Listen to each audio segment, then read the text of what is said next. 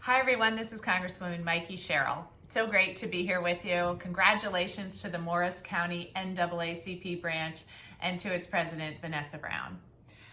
I really appreciate you inviting me to join the 89th Freedom Fund membership drive. I wish I could be there in person. I'm down here in Washington, D.C., but it's great how you've worked to bring everyone together during the pandemic. To tonight's honorees, thank you for all of your inspiring work.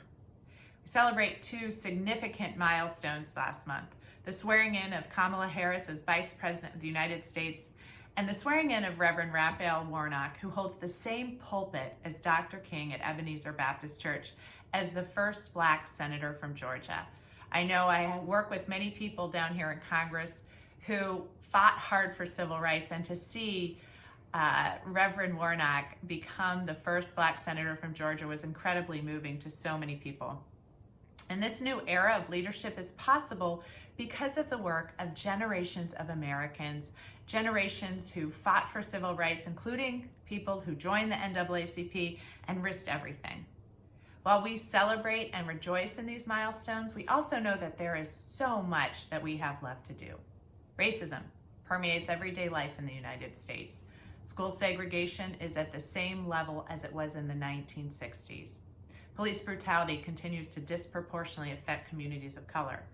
Black Americans are twice as likely to die from COVID-19. The disparity in access to and rates of vaccination among Black and brown communities across the United States, unfortunately, including in New Jersey, have to be addressed.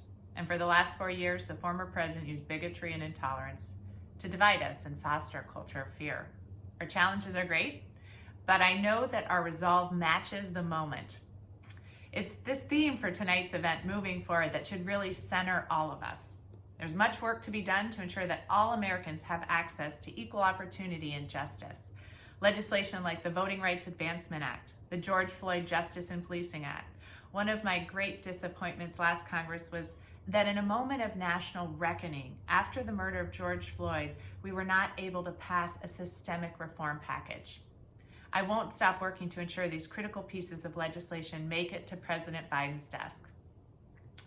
One of the things that gives me so much hope is that we face these challenges and how the community has come together.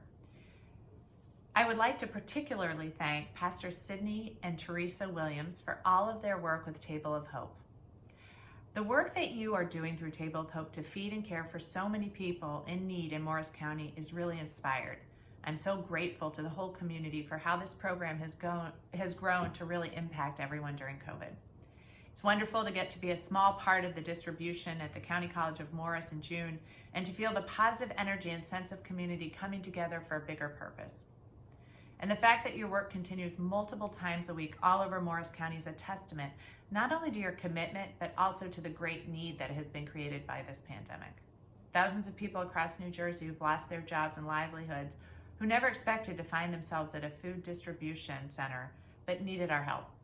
I look forward to doing my part in the 117th Congress alongside the Biden-Harris administration to move our country forward. So thank you. Thanks again for having me. Thank you again for your service to our country.